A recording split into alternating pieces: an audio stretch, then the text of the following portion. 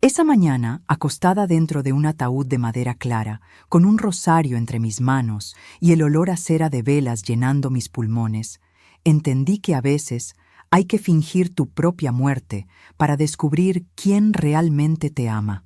Me llamo Paulina Guzmán, tengo 65 años y esta es la historia más dolorosa y liberadora que he vivido. Todo comenzó 3 meses atrás, cuando mi hija Mónica empezó a comportarse de manera extraña. Llegaba menos a mi casa, sus abrazos eran fríos, sus llamadas, breves, y cuando la miraba a los ojos veía algo que nunca había visto antes: prisa, como si mi presencia fuera un reloj que corría demasiado lento. Yo vivía sola en la casa familiar de Coyoacán, esa casa de paredes color terracota donde crié a Mónica después de que su padre murió cuando ella tenía 8 años. Trabajé como maestra de primaria durante 37 años para darle todo: universidad privada, viajes, bodas, todo. Mónica se casó hace 4 años con Rodrigo, un contador de mirada calculadora y sonrisa medida. Desde entonces, algo cambió. Primero fueron las preguntas sobre mis propiedades, luego las sugerencias de que vendiera la casa y me mudara a un lugar más pequeño, más cómodo.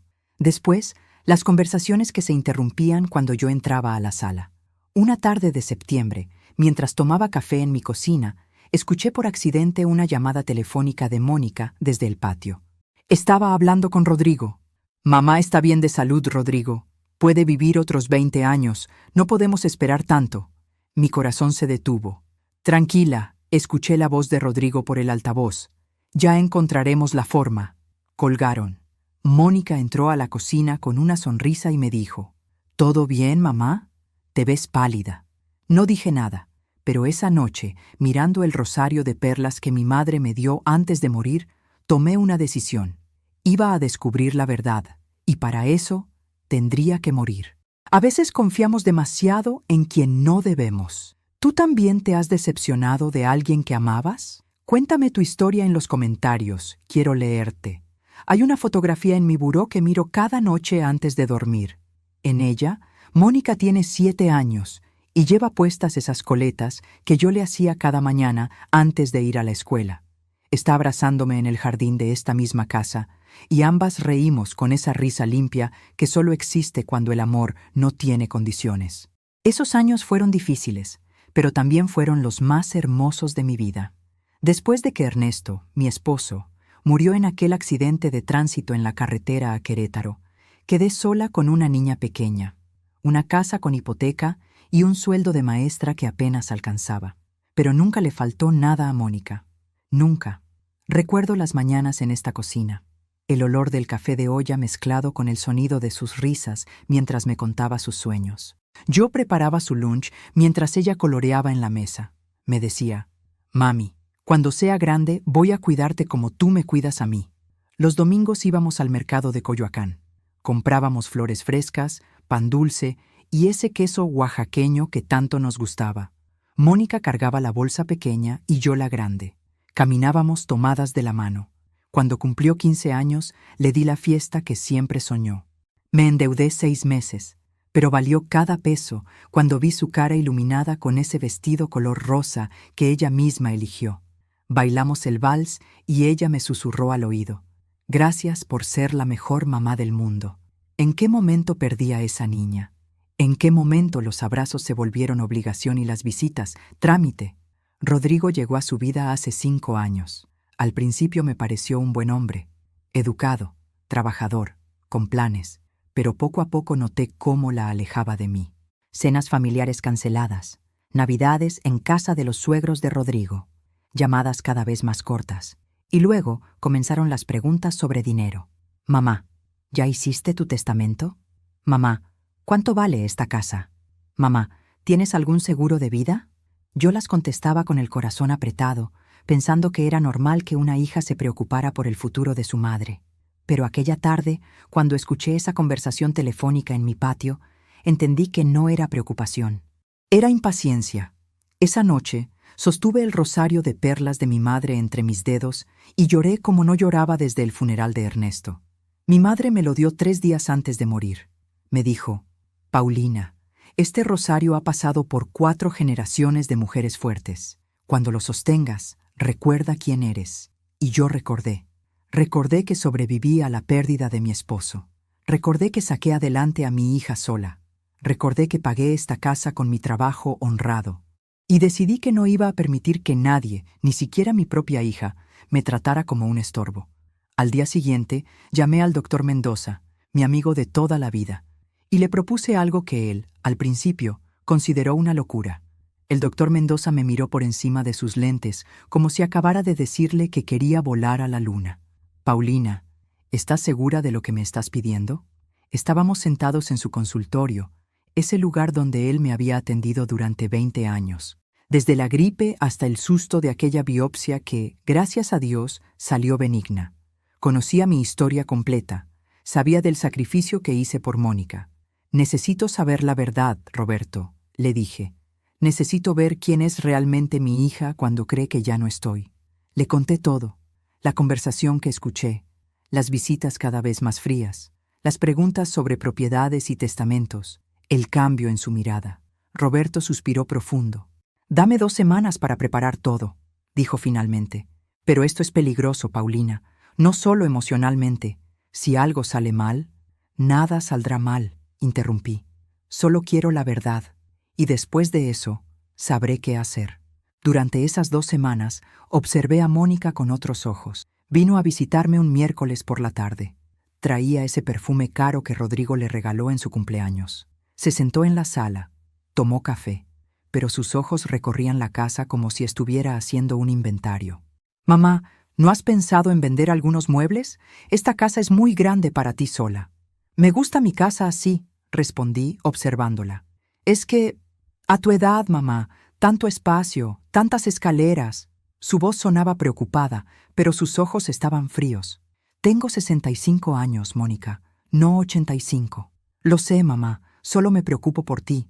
Pero cuando se fue, noté que había tomado una fotografía de la repisa, una foto de la casa desde el jardín. Se la guardó en la bolsa pensando que yo no la vi. El sábado siguiente, Rodrigo vino con ella. Fue la primera vez en meses que él pisaba mi casa. «Doña Paulina», me saludó con esa sonrisa profesional. «Qué gusto verla». Se sentaron juntos en el sofá. Mónica sirvió el café. Y entonces Rodrigo comenzó. «Doña Paulina, Mónica y yo hemos estado pensando. Usted vive sola en esta casa grande. Nosotros vivimos en un departamento pequeño. ¿No le gustaría que nos viniéramos a vivir con usted? Así podríamos cuidarla mejor». Mi corazón dio un vuelco. «¿Cuidarme?», pregunté. «No necesito que me cuiden. Estoy perfectamente bien». «Claro, claro», continuó Rodrigo. «Pero piénselo. Nosotros pagaríamos los gastos. Usted no tendría que preocuparse por nada. Y si algún día, Dios no lo quiera, le pasara algo, ya estaríamos aquí para ayudarla». Mónica asintió con entusiasmo. «Es lo mejor, mamá. Así estaremos más cerca». Los miré a ambos. Y en ese momento supe que el plan del doctor Mendoza era necesario. «Lo voy a pensar», mentí. Cuando se fueron, sostuve el rosario de perlas y recé. No por mí, sino por mi hija, por la niña que abracé en aquella fotografía y que ya no reconocía en la mujer que acababa de salir por mi puerta. Una semana después, el doctor Mendoza me llamó. «Todo está listo, Paulina. ¿Sigues segura?» «Más que nunca», respondí. «Entonces, el viernes a las 9 de la mañana. Ven a mi consultorio. Te daré un sedante que te hará dormir profundamente por aproximadamente 6 horas. Tu ritmo cardíaco y respiración se reducirán al mínimo. Parecerás muerta. Tendré todo preparado para emitir el certificado de defunción temporal. El funeral será el mismo día por la tarde». «¿Y tú estarás ahí?», pregunté. «Estaré en la funeraria, vigilando todo desde una habitación contigua. Cuando despiertes, te ayudaré a salir. Pero Paulina, si cambias de opinión...». «No voy a cambiar de opinión, Roberto. El jueves por la noche limpié mi casa, regué mis plantas, preparé café de olla por última vez en esa cocina que había sido testigo de tantas mañanas felices. Me puse mi vestido azul marino, el que Mónica me regaló hace 2 años. Quería verme digna. Quería que, si era mi última imagen, fuera hermosa. Sostuve el rosario de perlas toda la noche. Y al amanecer del viernes, con el corazón latiendo fuerte pero la mente clara, Salí de mi casa rumbo al consultorio del doctor Mendoza. Mientras cuento todo esto, pienso en dónde estarás escuchándome. Escribe el nombre de tu ciudad en los comentarios. La última cosa que recuerdo antes de cerrar los ojos fue la voz suave del doctor Mendoza. Descansa, Paulina. Yo te cuidaré. La inyección era cálida. Sentí cómo se expandía por mi brazo, luego por mi pecho, y finalmente todo se volvió oscuro. No sé cuánto tiempo pasó. No soñé. No sentí. Solo existía un vacío profundo y silencioso, como flotar en agua tibia sin peso ni tiempo. Cuando comencé a recuperar la conciencia, lo primero que percibí fue el olor. Cera de velas, flores blancas, ese aroma dulzón y pesado que solo existe en las funerarias. Luego, las voces, lejanas al principio, como si vinieran desde el fondo de un pozo. Poco a poco se hicieron más claras. Se ve tan tranquila. Escuché la voz de mi vecina, la señora Estela. Pobrecita Paulina, tan joven todavía. Fue muy repentino, la voz de Mónica quebrada. Un infarto fulminante. No sufrió. Quise abrir los ojos, quise gritar, «Estoy aquí, estoy viva», pero mi cuerpo no respondía. El sedante todavía corría por mis venas. Sentí el roce de una mano sobre la mía, dedos fríos que tocaron el rosario de perlas que sostenía entre mis manos cruzadas sobre mi pecho. «Es el rosario de la abuela», murmuró Mónica. «Supongo que ahora es mío». Algo dentro de mí se quebró con esas palabras, pero permanecí inmóvil, esperando. El doctor Mendoza había sido muy claro. El efecto del sedante duraría aproximadamente 6 horas. Durante ese tiempo, yo estaría en un estado casi catatónico. Podría escuchar, pero no podría moverme ni hablar. Mi respiración sería tan superficial que parecería inexistente. Mi pulso, casi imperceptible. Es como una muerte temporal, me había explicado. Pero es peligroso, Paulina. Tu cuerpo estará completamente vulnerable. Lo sé, le había respondido, pero necesito esto. Y ahora, acostada en ese ataúd de madera clara forrado en satín blanco, con el peso del rosario entre mis dedos y el olor a nardos llenando mis pulmones inmóviles, entendí que hay sacrificios que solo el amor de madre está dispuesto a hacer, incluso cuando ese amor no es correspondido. Las voces continuaron. Gente que iba y venía, conocidos, vecinos, antiguos colegas de la escuela donde trabajé. Escuché sus condolencias, sus oraciones, sus recuerdos de mí. «Era tan buena maestra», dijo la señora Carmona, quien fue directora de mi escuela. «Los niños la adoraban. Siempre fue tan generosa», añadió otra voz que no reconocí. «Una vez me prestó dinero cuando mi hijo estaba enfermo. Nunca me lo cobró». Cada palabra era como una caricia sobre mi corazón inmóvil. Pero entonces escuché la voz de Rodrigo, baja, casi en susurro. «Mónica, ven, tenemos que hablar». Sentí que se alejaban. Sus pasos resonaron sobre el piso de mármol de la funeraria hasta que se detuvieron en algún lugar no muy lejano. Hablaban en voz baja, pero yo podía escucharlos. «¿Ya hablaste con el notario?», preguntó Rodrigo. «Mañana temprano», respondió Mónica. «Tengo una cita a las 9. ¿Y la casa?» «Todo está a mi nombre. El testamento es claro. La propiedad, las cuentas bancarias, todo». «¿Cuánto hay en las cuentas?». Hubo una pausa. «Más de lo que pensábamos. Mamá era muy ahorradora». Rodrigo soltó una risa corta. «Tu madre era una hormiguita. Trabajó toda su vida. Es justo que ahora disfrutemos lo que ella guardó». «Rodrigo, no hables así. Acaba de morir». Lo sé. Perdón. Es solo que llevamos años esperando este momento. Años apretándonos en ese departamento pequeño mientras tu madre vivía sola en esa casa enorme». «Lo sé», suspiró Mónica, «pero aún así me siento rara». «Es normal». La voz de Rodrigo se suavizó, manipuladora. «Es tu madre. Pero piensa en nuestro futuro, mi amor. Piensa en la vida que podemos tener ahora. Podemos vender esa casa y comprar algo mejor. Podemos viajar. Podemos vivir sin preocupaciones». «Tienes razón», murmuró Mónica. Y luego, silencio. Yo permanecí acostada, inmóvil, con el corazón rompiéndose en 1000 pedazos dentro de un cuerpo que no podía moverse. Mi hija, mi niña, la que abracé, la que crié, la que juró cuidarme cuando fuera grande. Estaba celebrando mi muerte. Aún me pregunto si una madre puede realmente prepararse para escuchar algo así. ¿Y tú? ¿Qué habrías hecho en mi lugar? El tiempo dentro de un ataúd se mueve diferente. No hay relojes, no hay ventanas, solo voces, pasos y el peso de la verdad cayendo como piedras sobre tu pecho inmóvil. No sé cuántas horas pasaron, tal vez 2, tal vez 3. El sedante comenzaba a perder fuerza lentamente.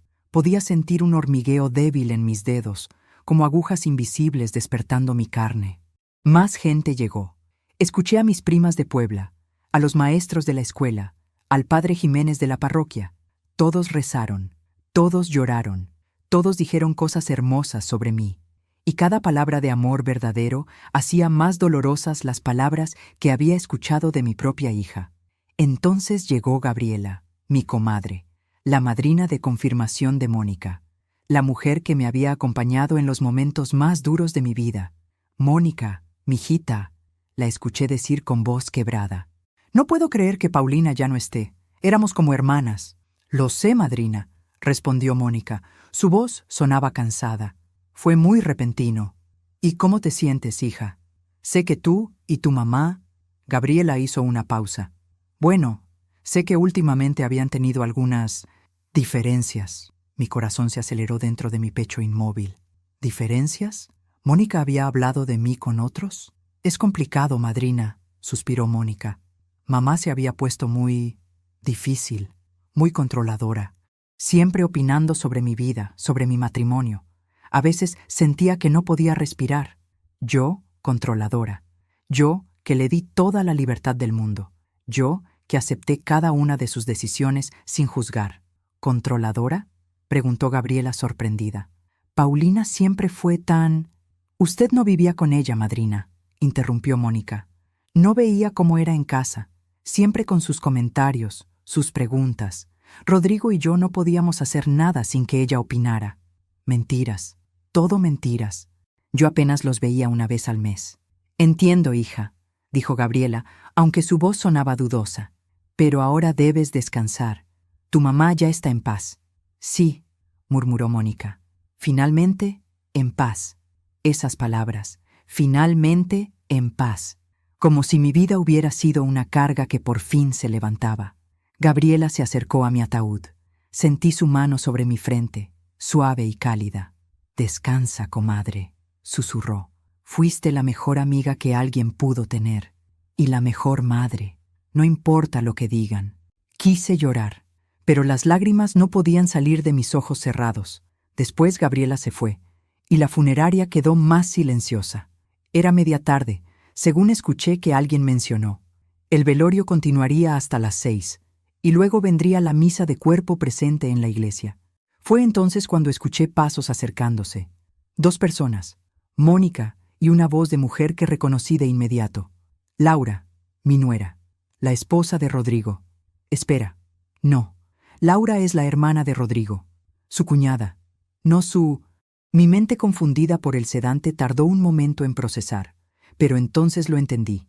Era Daniela, la hermana de Rodrigo, la que vivía en Monterrey y casi nunca venía a la Ciudad de México. ¿Ya se fueron todos?, preguntó Daniela. Casi todos, respondió Mónica.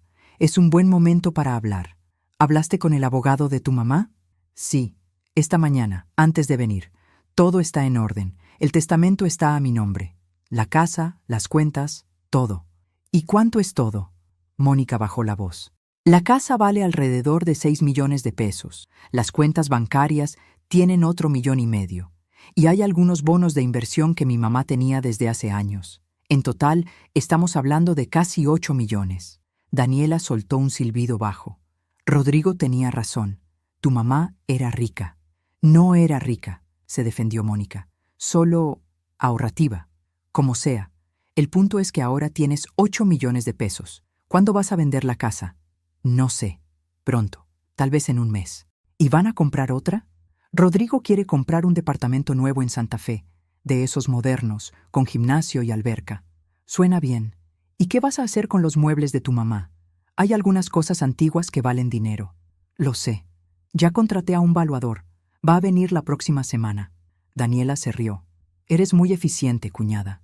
Es solo... Quiero cerrar este capítulo rápido, dijo Mónica. Esta casa tiene muchos recuerdos, y no todos buenos. Entiendo.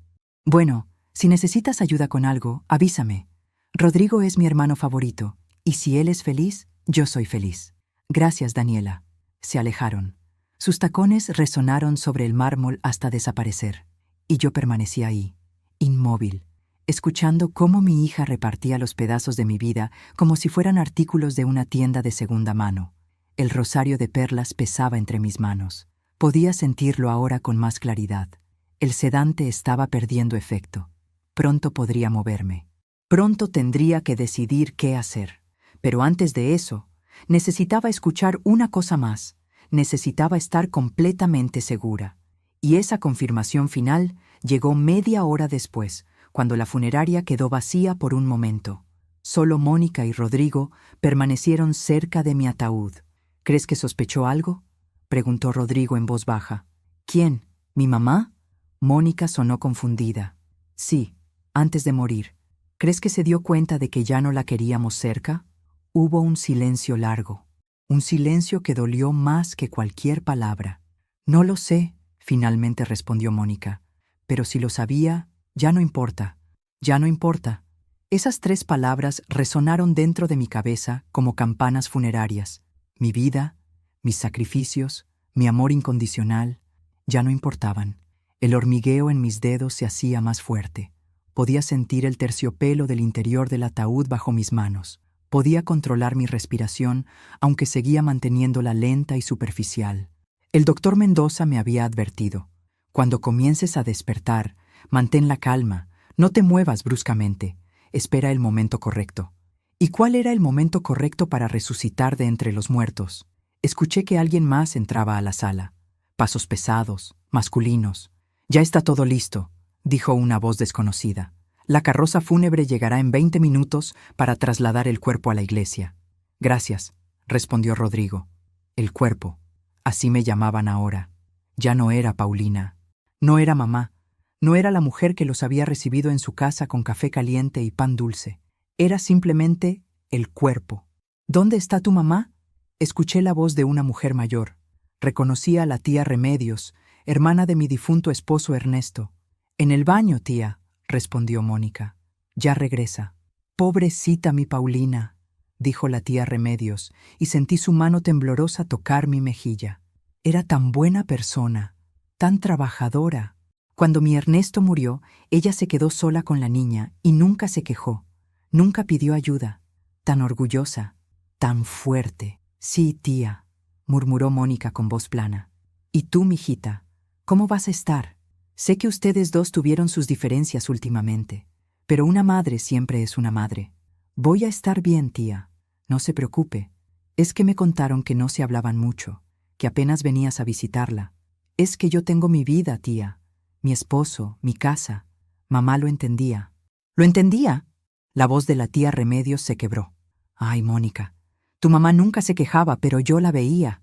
La veía en misa cada domingo, sola en su banca. Siempre preguntaba por ti. Siempre decía: Mónica está muy ocupada, pero está bien». Pero en sus ojos había una tristeza muy grande. Hubo un silencio incómodo. «Tía, por favor, no es el momento». «Tienes razón, mijita. Perdóname. Es solo que tu mamá te amaba tanto, tanto. Ojalá lo supieras».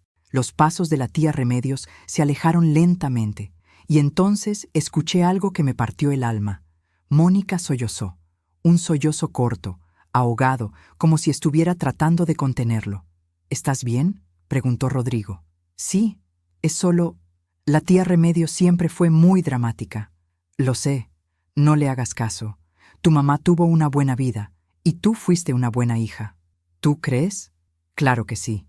Le diste lo que pudiste. Nadie puede pedir más». Pero yo podía escuchar la duda en la voz de Mónica. Esa duda que llega cuando el arrepentimiento comienza a asomarse entre las grietas de la negación. Más gente comenzó a llegar para el traslado a la iglesia. La sala de la funeraria se llenó de voces, de pasos, de oraciones. Sentí que levantaban el ataúd. 4 hombres, probablemente. Me movieron con cuidado y escuché el rechinar de las ruedas de la base metálica sobre el piso de mármol.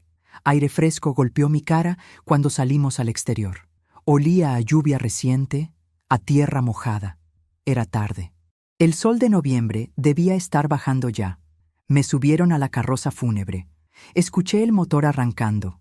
El viaje a la iglesia de San Juan Bautista, donde me casé con Ernesto hace 42 años, tomaría unos 15 minutos. Durante ese trayecto, acostada en la oscuridad de la carroza, tuve tiempo de pensar, de recordar, de sentir. Recordé a Mónica de 6 años, llorando porque se cayó de su bicicleta. Yo limpié sus rodillas raspadas, le puse curitas con dibujitos y le canté hasta que dejó de llorar. Recordé a Mónica de 12 años, cuando las niñas de su escuela la molestaban. Yo fui a hablar con la directora. Yo la defendí. Yo le enseñé a ser fuerte. Recordé a Mónica de 18 años, cuando no pasó el examen de admisión para la universidad que quería. Yo pagué un curso privado. Yo me desvelé con ella estudiando. Yo celebré cuando finalmente entró. Recordé a Mónica de 23 años, el día de su graduación. Me abrazó llorando y me dijo: «Nada de esto hubiera sido posible sin ti, mamá. Te amo». ¿Qué pasó con esa niña? ¿Con esa joven? ¿En qué momento se convirtió en esta mujer que celebraba mi muerte? La carroza se detuvo.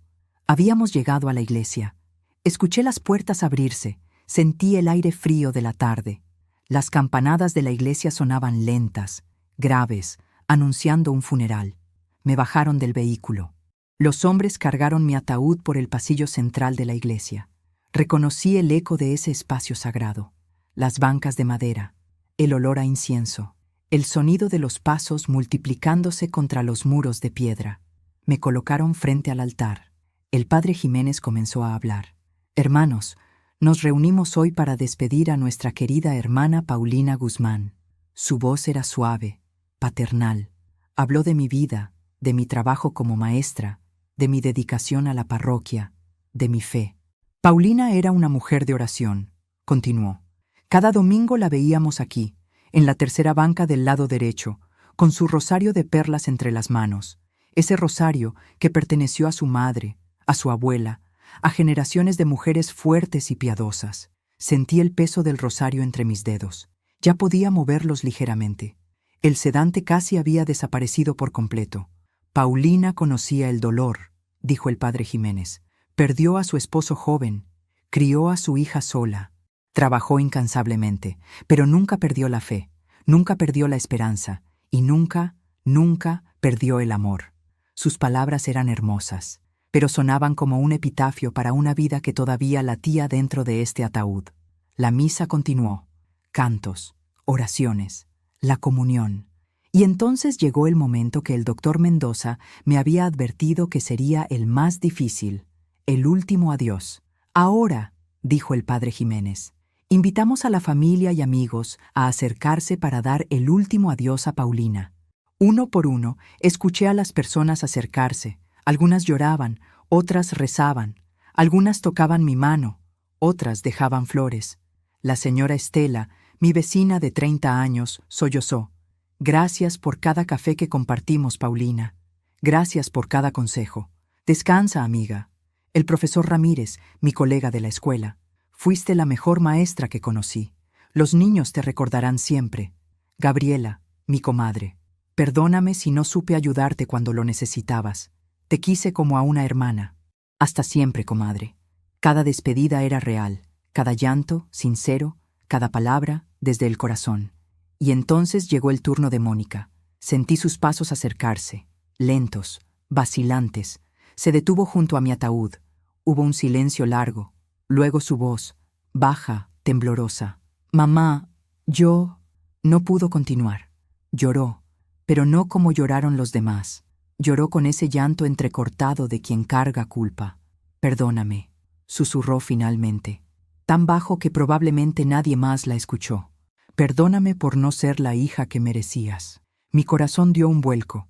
Por un momento, por un instante breve, pensé que tal vez todo había sido un malentendido, que tal vez mi hija sí me amaba, que tal vez... Pero entonces escuché la voz de Rodrigo, detrás de ella. «Mónica, ya, vámonos, necesitas aire». «Sí», respondió ella, secándose las lágrimas. «Tienes razón». Y se alejó.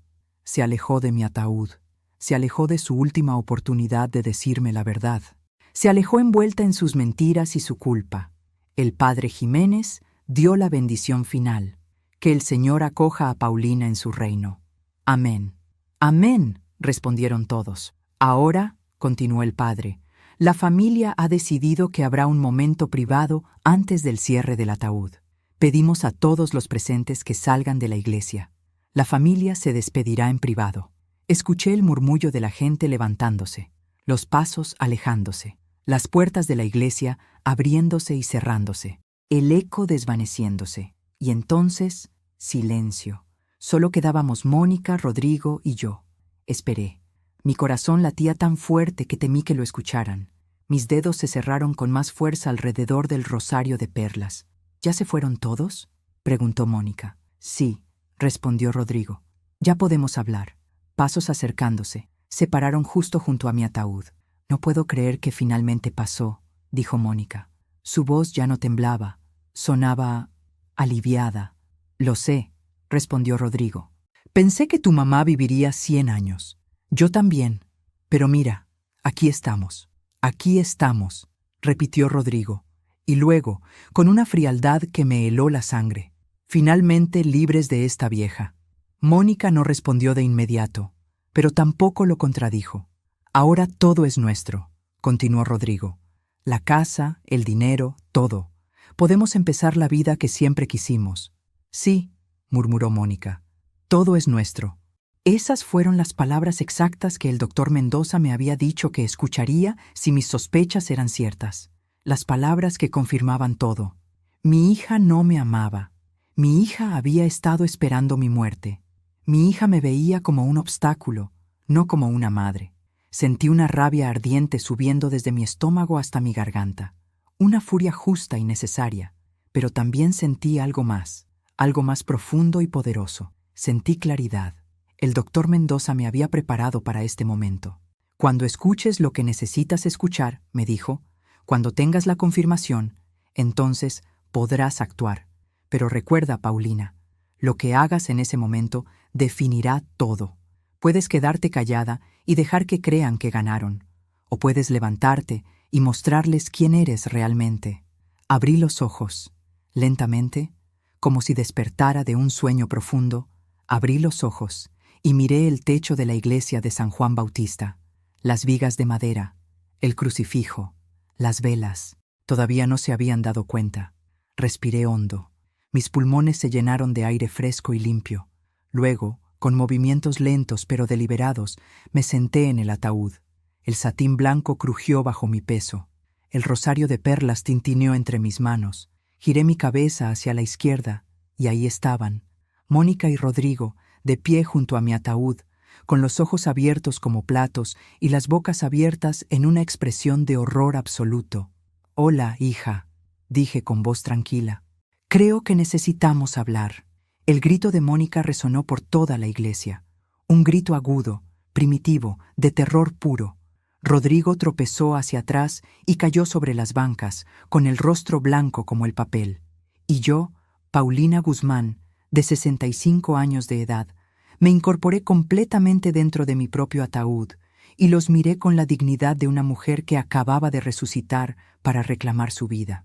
Los gritos de Mónica rebotaron contra las paredes de piedra de la iglesia como pájaros enjaulados buscando la salida. Se alejó del ataúd con las manos sobre la boca, tropezando con sus propios pies hasta chocar contra una columna. Rodrigo estaba en el suelo, entre las bancas, mirándome con los ojos desorbitados. Su cara había pasado del blanco al verde pálido. Creo que por un momento pensó que realmente estaba viendo un fantasma.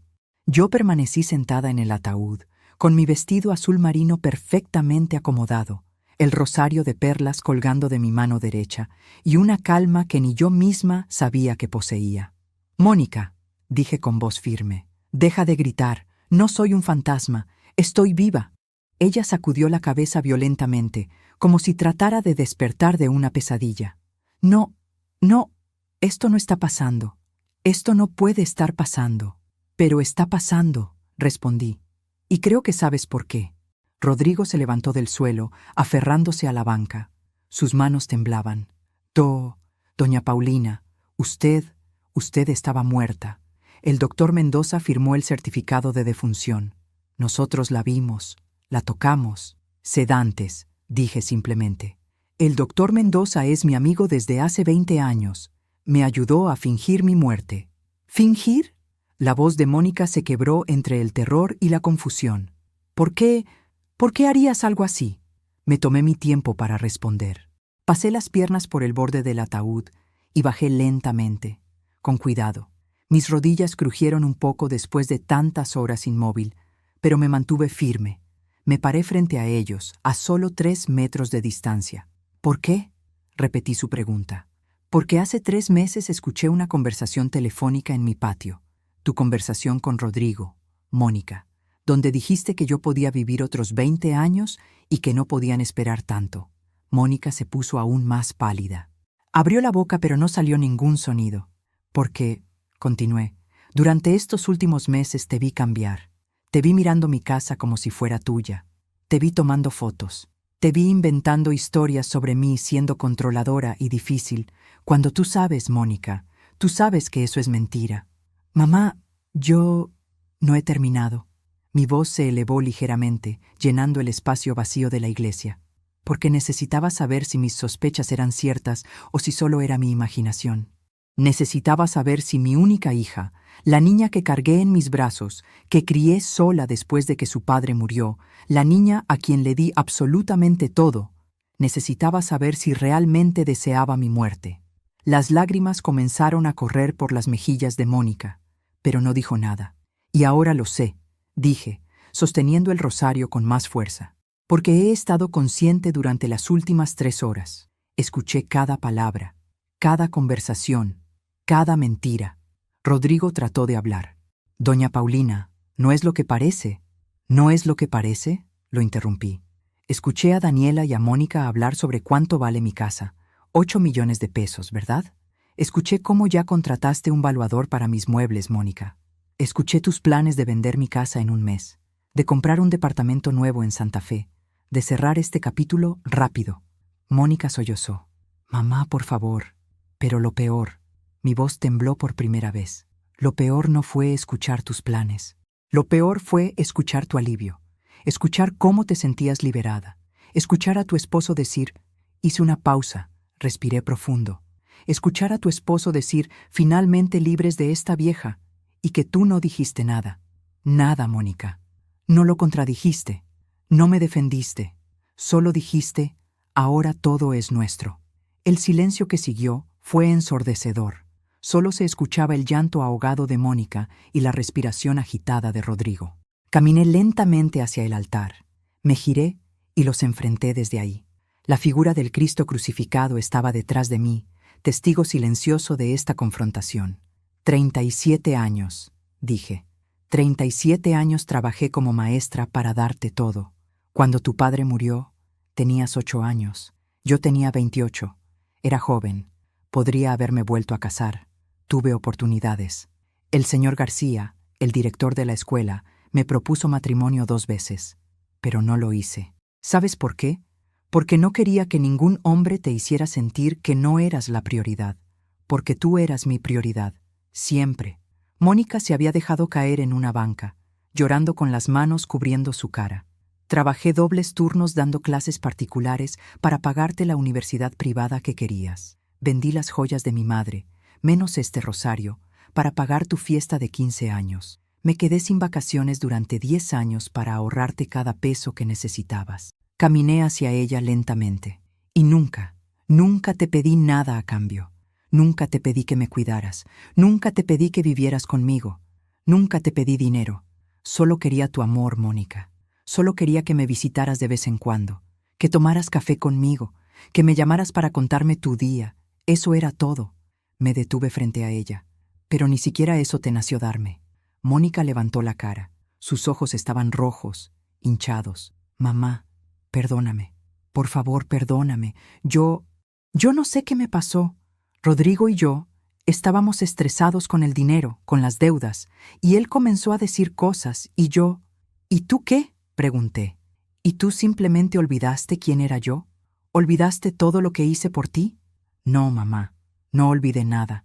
Es solo que Rodrigo tenía razón en algunas cosas. Tú vivías sola en esa casa enorme mientras nosotros apretados en un departamento pequeño. Y tú tenías dinero ahorrado mientras nosotros teníamos deudas. Y yo pensé que cuando tú ya no estuvieras, ¿podríamos qué? Mi voz se endureció. ¿Podrían finalmente vivir la vida que querían? ¿Podrían viajar? ¿Comprar cosas? ¿Ser felices? Ella asintió débilmente, avergonzada. ¿Y nunca se te ocurrió simplemente pedirme ayuda? Pregunté. ¿Nunca pensaste en venir a mí y decirme, mamá, tenemos problemas de dinero, ¿podrías prestarnos algo? Yo te habría ayudado, Mónica. Te habría dado lo que necesitaras, pero no me lo pediste. Porque lo que querías no era ayuda, lo que querías era todo, y lo querías sin mí. Rodrigo finalmente encontró su voz. Se había acercado a Mónica y estaba de pie junto a ella, con la mano en su hombro. Doña Paulina, entiendo que esté enojada. Tiene todo el derecho, pero Mónica es su hija. Es su única familia. No puede simplemente... ¿No puedo qué? Lo corté. ¿No puedo defenderte? ¿No puedo reclamar lo que es mío? ¿No puedo exigir respeto? No es eso, tartamudeó. Es solo que... Familias se pelean. Familias dicen cosas en momentos de estrés, pero al final siempre se perdonan. Siempre. ¿Ah, sí? Lo miré directamente a los ojos. ¿Y tú me perdonarías, Rodrigo, si yo fingiera mi muerte para descubrir que estabas celebrándola? No respondió. Eso pensé, dije. Me volví hacia Mónica. Levántate. Ella me miró confundida, con lágrimas todavía corriendo por su cara. ¿Qué? Levántate, repetí con firmeza. Mírame a los ojos. Mónica se levantó lentamente. Nos quedamos frente a frente, madre e hija, separadas por 37 años de amor y 3 meses de traición. Dime la verdad, le dije, y solo la verdad, sin excusas, sin culpar a Rodrigo o al estrés o al dinero, solo tú y yo. ¿Me amas? La pregunta quedó suspendida en el aire como el incienso que todavía flotaba en la iglesia. Mónica abrió la boca, la cerró, la abrió de nuevo. Sus ojos se movían de un lado a otro, buscando una respuesta que no encontraba. Yo... Es una pregunta simple, Mónica. ¿Me amas? ¿O solo me tolerabas esperando a que muriera? Te amo, gritó finalmente. Eres mi mamá. Claro que te amo. Entonces, ¿por qué? Mi voz se quebró por primera vez. ¿Por qué dijiste que finalmente todo era tuyo? ¿Por qué no contradijiste a Rodrigo cuando me llamó vieja? ¿Por qué, Mónica? ¿Por qué? Ella rompió en llanto nuevamente. Un llanto profundo, visceral, que salía desde lo más hondo de su alma. Porque soy débil, sollozó. Porque Rodrigo me convenció de que tú eras un obstáculo. Porque me dejé manipular. Porque soy una mala hija. Porque no soy como tú. Esas últimas palabras me golpearon en el pecho. ¿Qué quieres decir con que no eres como yo? Tú eres fuerte, dijo entre lágrimas. Tú eres buena. Tú sabes sacrificarte. Yo no. Yo soy egoísta.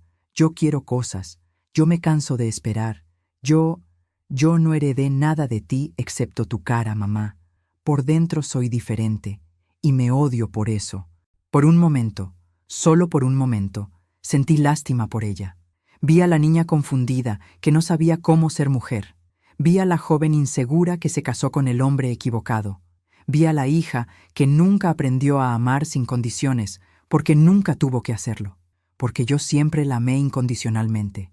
Y tal vez ese fue mi error. Mónica, dije suavemente, no se trata de ser como yo. Se trata de ser honesta, de ser leal, de recordar de dónde vienes. Lo sé, mamá. Lo sé y lo siento. Lo siento tanto. Miré a mi hija llorando frente a mí. Miré a Rodrigo con su cara de culpa calculada.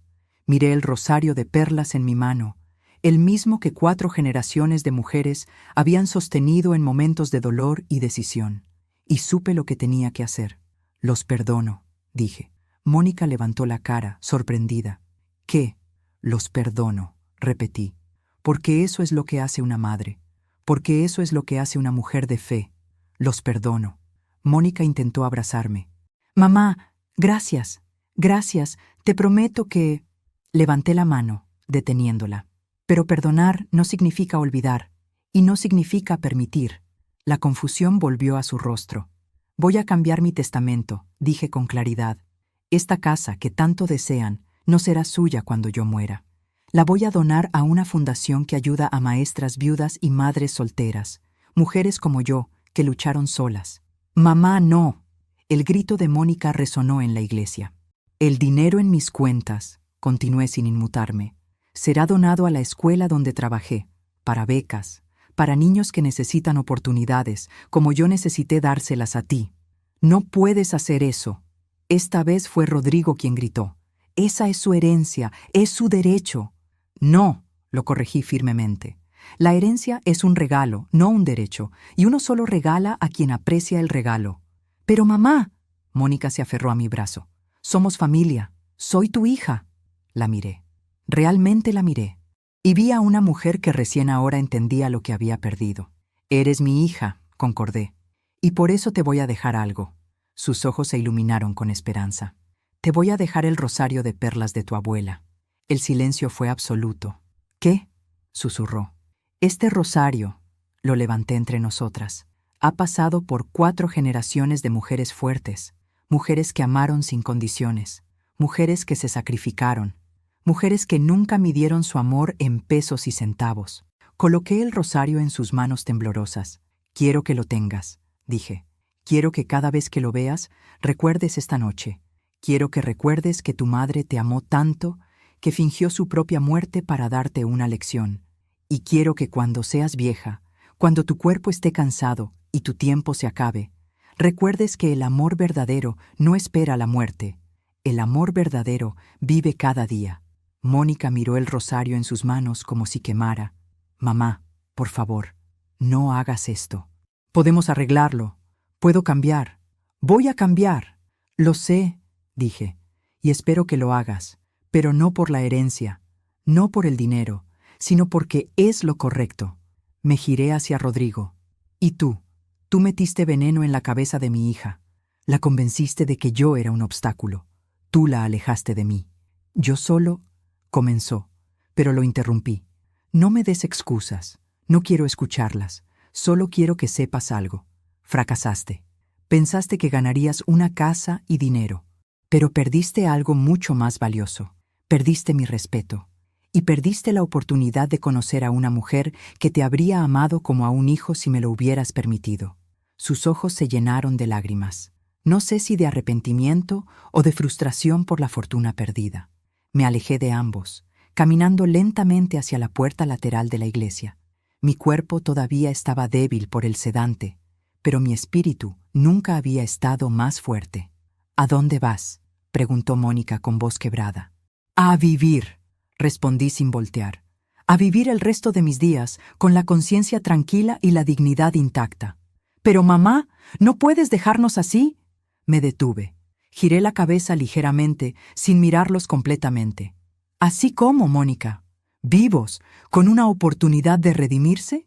Eso es más de lo que ustedes me querían dar a mí. Y seguí caminando. Salí de la iglesia por la puerta lateral que daba al pequeño jardín, donde las rosas de Santa Teresa crecían. El aire frío de noviembre golpeó mi cara. Las campanas todavía sonaban arriba, lentas, graves. El doctor Mendoza estaba esperándome ahí, como habíamos planeado. Me vio salir y corrió hacia mí. «Paulina, ¿estás bien?», asentí. «Estoy bien, Roberto. Mejor que bien. ¿Y ellos? Están adentro, procesando, llorando, entendiendo. ¿Qué vas a hacer ahora?». Miré el cielo nocturno. Las estrellas comenzaban a aparecer entre las nubes. «Voy a ir a casa.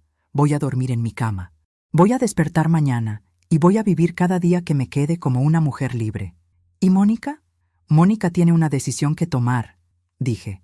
Puede seguir siendo la mujer que fue estas últimas semanas, o puede convertirse en la mujer que yo sé que puede ser. Pero esa decisión es suya. Yo ya hice la mía. Roberto me ofreció su brazo. «Te llevo a casa». «Gracias». Mientras caminábamos hacia su auto, escuché un grito desde la iglesia. Era Mónica, llamándome. «Mamá, mamá, espera». No me detuve. Seguí caminando, porque a veces el acto más grande de amor es dejar ir. Es permitir que las consecuencias enseñen lo que las palabras no pudieron. Es mantener la dignidad cuando todo te empuja a ceder. Subí al auto del doctor Mendoza. Él encendió el motor. ¿Estás segura de esto, Paulina? Miré hacia atrás. Mónica había salido de la iglesia y corría hacia nosotros con Rodrigo detrás de ella. Pero ya era tarde. Completamente segura, respondí. Y nos fuimos, dejando atrás la iglesia, el ataúd vacío y la hija que había elegido el dinero sobre el amor. Pero no todo estaba perdido, porque el rosario de perlas ahora estaba en sus manos. Y ese rosario, como me dijo mi madre, recordaba el amor, recordaba el sacrificio, recordaba quiénes éramos, y tal vez, solo tal vez, también le recordaría a Mónica quién podría ser. Aún me pregunto si hice lo correcto. ¿Y tú? ¿Qué habrías hecho en mi lugar? Esa noche dormí en mi propia cama por primera vez en 24 horas. Dormí profundamente, sin pesadillas, sin culpa. Dormí como una mujer que había recuperado su vida. Cuando desperté, el sol de sábado entraba por mi ventana con esa luz dorada de noviembre que siempre me gustó. Eran las 8 de la mañana. Me levanté lentamente, todavía sintiendo los efectos del sedante en mis músculos, pero con la mente más clara que nunca. Fui a la cocina y preparé café de olla, como había hecho miles de mañanas en esta casa. El aroma de la canela y el piloncillo llenó el espacio. Me serví una taza y me senté en la mesa, donde tantas veces había desayunado con Mónica cuando era niña. Pero esta vez no sentí nostalgia, sentí paz. El teléfono comenzó a sonar a las 9. Era Mónica. Dejé que sonara. Volvió a sonar a las 9:30. La dejé. A las 10, a las 10:30, a las 11. 32 llamadas ese día. No contesté ninguna. El domingo por la mañana, mientras regaba mis plantas en el patio, escuché que tocaban el timbre. Fui a la puerta y miré por la mirilla. Era Mónica, sola, con los ojos hinchados y el pelo despeinado. Tenía el rosario de perlas en las manos. Mamá, por favor, sé que estás ahí. Por favor, ábreme. Necesito hablar contigo. Me quedé del otro lado de la puerta, en silencio, escuchándola. Mamá, no he dormido en 2 días. No puedo comer. No puedo pensar en otra cosa que no sea lo que pasó. Por favor, solo dame una oportunidad de explicarme. Cerré los ojos, respiré profundo y no abrí la puerta. Mamá, su voz se quebró. Te amo. Lo digo en serio. Sé que no lo demostré. Sé que te fallé. Pero te amo. Eres mi mamá. Puse mi mano sobre la puerta, del otro lado de donde ella estaba. Sentí sus sollozos a través de la madera, pero no abrí. Está bien, finalmente dijo después de casi media hora. Entiendo. Entiendo que necesitas tiempo. Pero mamá, no me abandones. Por favor, no seas como yo. No me dejes como yo estaba dispuesta a dejarte. Escuché sus pasos alejándose, el motor de un coche arrancando, el silencio volviendo, y yo me deslicé lentamente por la puerta hasta quedar sentada en el suelo de mi entrada, con las lágrimas corriendo silenciosamente por mis mejillas. Porque perdonar no significa olvidar, y protegerse no significa dejar de amar. El lunes por la mañana fui al despacho del licenciado Hernández, mi abogado de confianza. Llevaba toda la documentación de mis propiedades, cuentas bancarias, inversiones. Doña Paulina me saludó sorprendido. Pero sí, ayer me llegó la notificación de que usted había fallecido. Estaba por llamar a su hija para falsos rumores. Lo interrumpí con una sonrisa. Estoy muy viva y vengo a cambiar mi testamento. Le conté todo, cada detalle. Cuando terminé, el licenciado Hernández se recostó en su silla, atónito. Eso es extraordinario, dijo finalmente. Y también muy doloroso. Lo siento, doña Paulina. No lo sienta, respondí. Ahora sé la verdad. Y la verdad, aunque duela, es mejor que la mentira. ¿Está completamente segura de lo que quiere hacer? Completamente. Durante las siguientes 3 horas redactamos el Nuevo Testamento. La casa iría a la Fundación de Maestras Viudas de México. Mis ahorros serían divididos en becas estudiantiles para la Escuela Primaria Benito Juárez, donde trabajé durante 37 años. Los bonos de inversión irían para un fondo que ayudara a madres solteras a estudiar. Todo lo que había construido con mi trabajo honrado regresaría a ayudar a mujeres que, como yo, lo necesitaban. ¿Y para su hija?, preguntó el licenciado. ¿No dejará nada? Le dejé el rosario de perlas de su abuela, respondí. Es lo más valioso que tengo. Vale más que toda la casa, pero solo lo entenderá cuando sea demasiado tarde. ¿Y si ella cambia? ¿Y si se redime?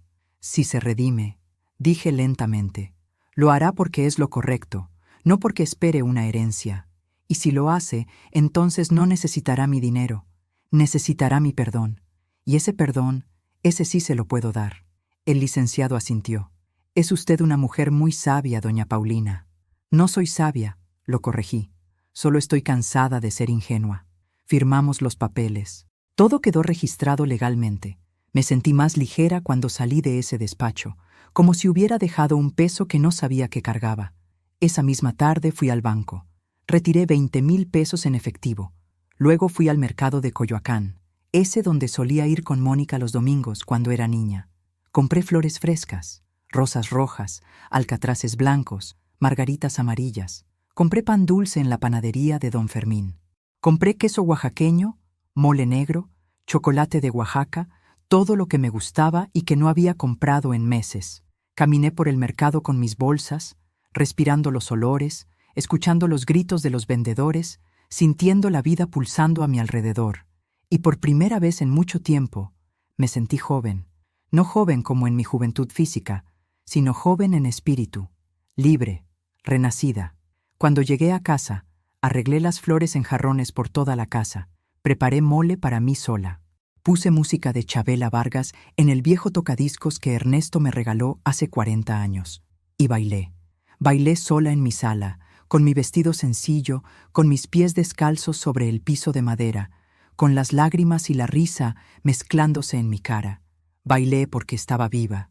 Bailé porque había reclamado mi vida. Bailé porque por primera vez en años no estaba esperando a que alguien más me diera permiso para ser feliz. Los días se convirtieron en semanas. Mónica llamaba todos los días. Dejaba mensajes en mi contestadora. Mensajes que yo escuchaba pero no respondía. Mamá, soy yo. Otra vez. Solo quiero que sepas que te pienso cada día. Que lo siento. Que haría cualquier cosa por regresar el tiempo. Mamá, vendí el anillo que Rodrigo me regaló en mi cumpleaños. Doné el dinero a la escuela donde trabajabas. Sé que no es suficiente, pero es un comienzo. Mamá, Rodrigo y yo estamos en terapia. Estamos tratando de entender qué nos pasó, cómo llegamos a esto. Sé que no te importa, pero quería que lo supieras. Mamá, pasé por tu casa hoy. Vi tus plantas en el patio. Se ven hermosas. Me alegra que estés cuidándote. Cada mensaje me partía un poco el corazón, pero también me fortalecía en mi decisión. Porque el amor de madre no significa ser conveniente, significa ser firme, significa enseñar incluso cuando duele. Un mes después del funeral, la señora Estela, mi vecina, tocó a mi puerta con una charola de tamales. Paulina, me dijo con los ojos brillantes, no puedo creer que estés viva. Cuando vi tu obituario en el periódico, lloré 3 días. Y ahora es un milagro. No es un milagro, le dije mientras la invitaba a pasar. Es una lección. Le conté toda la historia mientras tomábamos café. Cuando terminé, la señora Estela me tomó las manos. Eres la mujer más valiente que conozco, dijo, y la más digna. Tu hija, ay, tu hija, no sabe el tesoro que tiene en ti. Tal vez algún día lo sepa, respondí. O tal vez no, pero esa ya no es mi responsabilidad. ¿Y cómo te sientes?, me preguntó. En el corazón, quiero decir. Lo pensé por un momento. Me siento en paz. Finalmente dije, triste, sí, decepcionada también, pero en paz, porque hice lo correcto, y el tiempo se encargará del resto. La señora Estela asintió sabiamente. El tiempo siempre se encarga, mijita, siempre. Comencé a hacer cosas que había dejado de hacer durante años. Volví a la parroquia, no solo para misa, sino para ayudar en las actividades de la comunidad. Organicé un grupo de lectura para mujeres mayores. Comencé a dar clases de español gratis a niños del barrio que tenían dificultades. Mi vida, que durante tanto tiempo había girado alrededor de mi hija, comenzó a girar alrededor de mí misma, y descubrí que no era egoísmo, era supervivencia. El padre Jiménez me invitó a dar una charla en la parroquia sobre el perdón. Le dije que no me sentía calificada. Paulina, me dijo con esa sonrisa paternal que lo caracterizaba, tú fingiste tu muerte y resucitaste para enseñarle una lección a tu hija. Si eso no te califica para hablar del perdón, No sé qué lo hace. Reí por primera vez en semanas.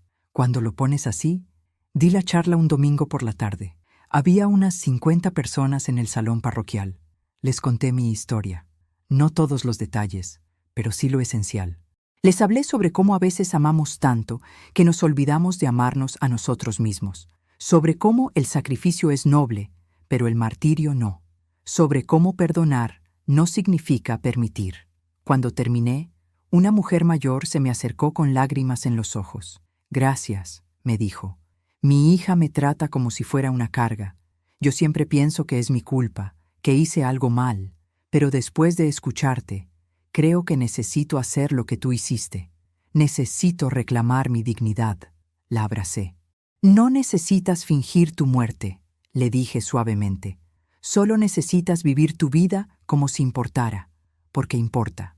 2 meses después del funeral, mientras compraba verduras en el mercado, me encontré con Gabriela, mi comadre. «Paulina», casi gritó cuando me vio. Corrió hacia mí y me abrazó tan fuerte que casi me tumba. «Estás viva, estás viva, pero yo fui a tu funeral. Te vi en el ataúd». «Lo sé», le dije cuando nos separamos. «Tú también estabas ahí cuando resucité». «¿Qué? No, yo me fui antes. Me fui después de despedirme porque no podía soportar». «Te fuiste justo antes», la interrumpí con una sonrisa. 5 minutos antes. Le conté todo mientras caminábamos por el mercado. Gabriela alternaba entre la risa incrédula y las lágrimas de solidaridad. «Ay, comadre», finalmente dijo. «Qué valor, qué tremendo valor». «Oh, qué tremenda locura», respondí. «No», me corrigió firmemente. «Valor, porque te atreviste a ver la verdad. Y más importante, te atreviste a actuar sobre ella». «¿Crees que fui muy dura con Mónica?». Gabriela se detuvo. Me miró fijamente a los ojos. «Creo que fuiste justa. Creo que le diste exactamente lo que necesitaba. Consecuencias. Y creo que si Mónica es la mitad de la mujer que creo que puede ser, aprenderá. Y si no aprende, entonces...». Gabriela apretó mi mano. «Entonces su pérdida será mayor que la tuya, porque tú seguirás siendo una mujer íntegra, y ella vivirá con el peso de haber perdido a la mejor madre que pudo tener». Llegó la Navidad, la primera Navidad que pasaría completamente sola en 65 años de vida. Decoré mi casa de todos modos. Puse el árbol, colgué las luces, preparé ponche. Invité a la señora Estela, a Gabriela, al padre Jiménez, a algunos maestros jubilados de mi escuela. Celebramos, comimos, reímos, cantamos villancicos. Y cuando llegó la medianoche y todos se habían ido, me senté frente al árbol con una taza de ponche caliente y miré las luces parpadeando.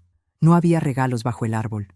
No había calcetines colgando de la chimenea esperando a Mónica y sus nietos que nunca llegarían. Pero había paz, había dignidad, había la satisfacción de saber que no había traicionado mis valores por conveniencia o por miedo a la soledad. El teléfono sonó. Era medianoche. Sabía quién era sin mirar. Esta vez contesté. «¿Bueno? ¿Mamá?». La voz de Mónica se quebró inmediatamente. «Mamá, contestaste. Gracias, gracias». No dije nada. Solo esperé. Solo quería desearte feliz Navidad y decirte que te amo y que lo siento y que si algún día me perdonas. «Ya te perdoné, Mónica», la interrumpí suavemente. Silencio del otro lado. «¿Qué?», susurró. «Ya te perdoné. El día que salí de la iglesia. Pero perdonar no significa que las cosas vuelvan a ser como antes. Lo sé y lo acepto. Solo... ¿Puedo verte? ¿Algún día? ¿Cuando estés lista?» «Algún día», respondí. «Cuando ambas estemos listas». Está bien. Gracias, mamá. Gracias por contestar. Feliz Navidad. Feliz Navidad, hija». Colgué el teléfono. Y por primera vez desde aquella noche en la iglesia, lloré libremente. Lloré por lo que perdí. Lloré por lo que salvé. Lloré por la madre que fui y la mujer que estaba aprendiendo a ser de nuevo. Pasaron los meses. Enero, febrero, marzo. Yo seguía con mi vida. Mis clases de español, mis flores, mis cafés con vecinas, mis misas dominicales, y poco a poco comencé a escuchar cosas. La señora del mercado mencionó que vio a Rodrigo discutiendo con Mónica en un restaurante. El licenciado Hernández me llamó para decirme que Rodrigo había perdido su empleo. Gabriela me contó que vio a Mónica en la iglesia, sola, llorando durante la misa. Yo no pregunté, no busqué información, no llamé. Simplemente viví mi vida y dejé que la vida hiciera su trabajo. Porque la justicia real no viene de nosotros, viene del tiempo, viene de las consecuencias naturales de nuestras acciones. Y yo sabía, con la certeza de una mujer que había visto la muerte y elegido la vida, que el karma tarde o temprano llega, siempre llega.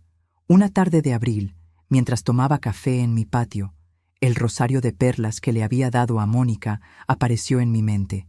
Me pregunté si lo habría guardado, si lo habría vendido, si lo miraba de vez en cuando y recordaba. Me pregunté si le pesaba en las manos tanto como me pesó a mí cuando decidí dárselo. Sonreí, porque ya no era mi responsabilidad. Alcé mi taza de café hacia el cielo azul de abril. Por la verdad, dije en voz alta, por la dignidad, y por todas las mujeres que tienen el valor de levantarse de su propio ataúd. El viento sopló suavemente, meciendo las flores de mi jardín, y yo supe que había elegido bien. 6 meses después de mi resurrección, en una tarde de junio, estaba en el supermercado comprando jitomates cuando la vi. Mónica estaba al final del pasillo, con un carrito casi vacío, mirando los precios de las latas de atún con esa expresión que solo tienen las personas que cuentan cada peso. Su ropa, que siempre había sido impecable, estaba arrugada. Tenía ojeras profundas, y ese brillo que siempre tuvo en los ojos, esa luz de juventud y esperanza, se había apagado. Nuestras miradas se encontraron. Ella se quedó congelada, con una lata de atún en la mano, mirándome como si viera a un fantasma por segunda vez. Yo simplemente asentí con la cabeza, un saludo cortés, y seguí caminando hacia la caja. Pero la imagen de su cara demacrada me persiguió el resto del día. Fue Gabriela quien me contó lo que había pasado. Vino a mi casa una tarde, con esa mirada de quien trae noticias que no quiere dar, pero siente que debe. «Comadre», me dijo mientras le servía café, «necesito contarte algo, sobre Mónica». «No necesitas», la interrumpí. «Lo que pasa en su vida ya no es mi...» Rodrigo la dejó, soltó de golpe. El silencio cayó entre nosotras como una piedra en un estanque. «¿Qué?» La dejó hace 3 semanas. Se fue con una mujer más joven, una compañera del trabajo. Sentí algo extraño en mi pecho. No era satisfacción, no era alegría, era algo más complejo, más doloroso. Era la tristeza de saber que tenías razón cuando hubieras preferido estar equivocada. «Cuéntame», dije finalmente. Gabriela suspiró. «Después de lo que pasó contigo, después del funeral, las cosas entre ellos se pusieron muy mal. Rodrigo culpaba a Mónica de haber perdido la herencia. Le decía que si ella hubiera sido más inteligente, más discreta, que si no hubiera sido tan obvia, ustedes nunca se hubieran dado cuenta». «¿Ustedes?», pregunté. «¿Quién más sabía?» «Daniela, la hermana de Rodrigo. Resulta que todo fue idea de él desde el principio. Él fue quien convenció a Mónica de que tú eras un obstáculo. Él fue quien plantó todas esas ideas en su cabeza». Cerré los ojos. Lo había sospechado, pero escucharlo confirmado dolía de todas formas. «Sigue», dije. Rodrigo comenzó a ser cruel con ella. Le decía que era una fracasada, que había tenido una gallina de los huevos de oro y la había matado por estúpida, que por su culpa vivirían pobres toda la vida. ¿Y las deudas? Peor de lo que pensábamos. Rodrigo tenía deudas de juego, casi 200,000 pesos. Por eso necesitaban tu dinero tan desesperadamente. No era solo para vivir mejor, era para pagar a gente peligrosa. Mi estómago se revolvió. ¿Mónica lo sabía? Dice que no, que él le ocultó todo, que solo le decía que tenían problemas de dinero, pero nunca le dijo la magnitud. ¿Y ahora? Ahora Rodrigo se fue y dejó a Mónica con todas las deudas. El departamento donde vivían estaba a nombre de ella. Los acreedores la están buscando. Tuvo que vender sus joyas, sus muebles, su coche. Sentí un peso enorme en el pecho. ¿Dónde está viviendo? Con una amiga, pero no sé por cuánto tiempo. Comadre. Gabriela me miró con ojos suplicantes. Sé que tiene que aprender. Sé que cometió errores terribles, pero es tu hija. Lo sé, respondí simplemente. Pero todavía no es el momento. 2 semanas después, el licenciado Hernández me llamó. Doña Paulina, su hija vino a verme. ¿Para qué? Quería saber si había alguna forma de revertir el cambio de testamento. Le expliqué que no, que usted tiene todo el derecho de disponer de sus bienes como mejor le parezca. ¿Cómo estaba? Hubo una pausa, desesperada y avergonzada. Me preguntó si yo sabía de algún trabajo. Le di algunos contactos. ¿Le preguntó por mí? Sí. Le dije que usted estaba bien, que estaba viviendo su vida. Lloró mucho, doña Paulina. Lloró y me pidió disculpas por haber intentado manipularme. Colgué el teléfono y me quedé sentada en la sala, mirando la fotografía de Mónica de 7 años, la niña de las coletas que me abrazaba en el jardín. ¿En qué momento esa niña se convirtió en una mujer capaz de desear mi muerte? ¿Y en qué momento esa mujer volvería a ser, si no esa niña, al menos alguien con dignidad? Un mes después, la vi de nuevo. Esta vez no fue casualidad. Yo estaba en misa del domingo, en mi banca habitual, la tercera del lado derecho. Cuando alcé la vista durante la comunión, la vi entrar.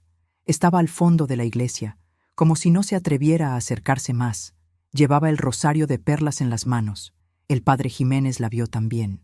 Durante el sermón, habló sobre el hijo pródigo, sobre cómo el padre corrió a recibir al hijo que había dilapidado su herencia, sobre el perdón y la redención. Yo sabía que lo hacía por ella. Y tal vez por mí también. Cuando terminó la misa, Mónica se acercó lentamente. Yo me quedé sentada, dejando que ella viniera a mí. «Mamá», su voz era apenas un susurro. «¿Puedo sentarme?» Asentí. Se sentó a mi lado, dejando un espacio prudente entre nosotras. Sostuve el rosario con tanta fuerza que sus nudillos estaban blancos. «No sé cómo empezar», dijo finalmente. «Empieza con la verdad», respondí sin mirarla. «La verdad es que arruiné mi vida, y la verdad es que fue mi culpa, no de Rodrigo, mía, porque yo elegí escucharlo. Yo elegí creer que tú eras el problema. Yo elegí el dinero sobre ti». Me volteé a mirarla. Tenía lágrimas corriendo por sus mejillas, pero no intentaba ocultarlas. La verdad es que Rodrigo me dejó. Me dejó con deudas que no sabía que existían. Me dejó sola, sin dinero, sin casa, sin nada. Y la verdad es que lo merezco. Nadie merece ser engañada, dije suavemente. Pero yo engañé primero. Te engañé a ti. Fingí que te amaba cuando en realidad solo estaba esperando que me muriera. Terminé por ella. Ella asintió, sollozando. Dios me perdonó, mamá. El padre Jiménez dice que Dios perdona todo, pero yo no puedo perdonarme a mí misma. Cada día me despierto y recuerdo lo que hice, lo que pensé, lo que dije, y me odio. Miré a mi hija llorando junto a mí en la iglesia donde fue bautizada, donde hizo su primera comunión, donde celebró su confirmación. Vi todos esos momentos sobreponerse sobre esta mujer quebrada que tenía al lado. «Mónica», dije finalmente, «¿por qué estás aquí?» «Porque necesito que sepas que lo siento, necesito que sepas que he cambiado, necesito...» Su voz se quebró. «Necesito que me veas». «Te veo», respondí. «Te he visto todo este tiempo». Ella me miró sorprendida. «Te vi en el supermercado contando pesos para comprar atún. Te vi entrar a esta iglesia hoy con el rosario de tu abuela. Te veo, Mónica. Y veo que estás sufriendo. ¿Y te alegra?», preguntó con voz quebrada. «¿Te alegra verme así?» «No», respondí con firmeza. «Nunca me alegraría verte sufrir. Eres mi hija, pero tampoco voy a rescatarte. No quiero que me rescates», dijo rápidamente. Solo quiero que sepas que cada día rezo con este rosario, y cada día le pido a la Virgen que me ayude a ser la mujer que tú criaste, no la mujer en la que me convertí».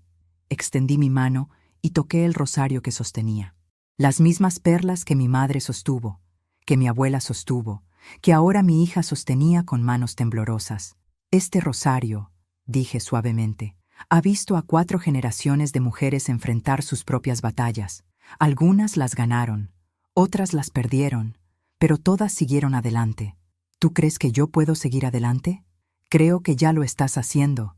Viniste a la iglesia, estás rezando, estás trabajando, estás enfrentando tus deudas». «Conseguí trabajo en una cafetería», dijo, «sirviendo mesas. No es mucho, pero es honesto». Algo dentro de mí se movió. Mi hija, que estudió en universidad privada, que nunca había trabajado en servicio, ahora servía mesas. ¿Y cómo te sientes? Cansada, admitió. Adolorida, humillada cuando veo a la gente de mi universidad entrando y yo les sirvo café. Pero también me siento limpia, como si cada mesa que limpio limpiara un poco de la culpa. Nos quedamos en silencio por un largo momento. El padre Jiménez apagaba las velas. Algunas personas salían. La iglesia se vaciaba. «Mamá», dijo finalmente Mónica, «no te pido que me perdones ahora.